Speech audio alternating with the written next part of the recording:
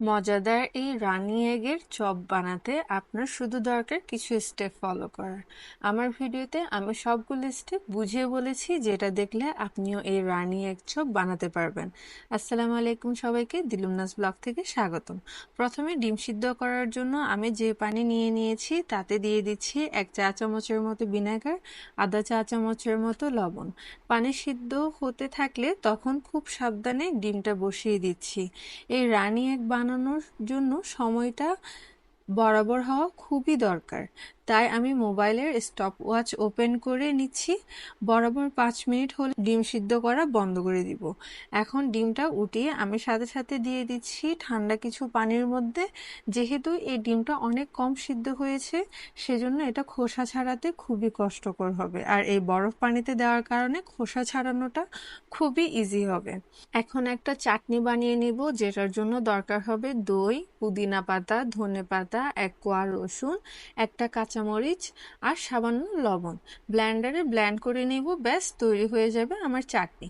কারো যদি রসুনের ফ্লেভার ভালো না লাগলে তাও স্কিপ করতে পারেন। এবার একটা বাটিতে আমি ম্যাশ করা আলু, ধনে পাতা, কাঁচামরিচ নিয়ে নিয়েছি। এখন দিয়ে দিচ্ছি সামান্য জিরা, ধনে গুঁড়া, চাট মশলা এবং লবণ। সবকিছু ভালোভাবে মাখিয়ে নিব। আরেকটা বাটিতে নিয়ে নিলাম 2 টেবিল চামচ বেসন, 1 টেবিল চামচ ময়দা। ফ্লেভারের জন্য দিয়ে দিচ্ছি সামান্য জিরা, সামান্য চাট মশলা, সামান্য ধনে গুঁড়া। বিট লবণ ব্যবহার করছি, লবণ ব্যবহার করছি না। লাল মরিচের গুঁড়া। সবকিছু ভালোভাবে মিশিয়ে অল্প অল্প পানি দিয়ে মিক্স করছি, যেন এই ব্যাটারটা একটু ঘন হয়। নর্মাল ব্যাটারের চেয়ে একটু ঘন করব। ব্যাস, বানিয়ে আমি একপাশে রেখে দিচ্ছি। এবার বানিয়ে রাখা আলু ভর্তাটা ভালোভাবে হাতের তালুতে স্প্রেড করে নিব। আমি হাতের তালুতে একটু তেল লাগিয়ে নিয়েছি, যেন হাতের তালুর সাথে এই আলু ভর্তাটা লেগে না যায়। এখন মাঝামাঝি অবস্থায় দিয়ে দিচ্ছি ডিমটা, আর তার উপর ঢেকে দিচ্ছি আবারও আলু ভর্তার কিছু মিশ্রণ দিয়ে। এই প্রসেসটা খুব সাবধানে করতে হবে, যেহেতু আমাদের ডিমটা অনেক বেশি নরম, তাই আপনাদের একটু কষ্ট করা লাগবে। তারপর খুবই সাবধানতার সাথে এখন বেসনের মধ্যে আলু ডিমটা ডুবিয়ে তেলের মধ্যে ভেজে নিই। আজকে আমি একটু সুন্দরভাবে পরিবেশন করতে চাচ্ছি, যার জন্য ব্যবহার করব স্প্ল্যাটার টেকনিক, যেখানে যে কোনো একটা রাউন্ড শেপের প্লেটের মধ্যে সস রেখে চামচ দিয়ে হিট করা লাগে। আমার কাছে গ্রিন চাটনি ছিল, যেটা আমি প্লেটের মাঝামাঝি রেখে চামচ দিয়ে হিট করছি।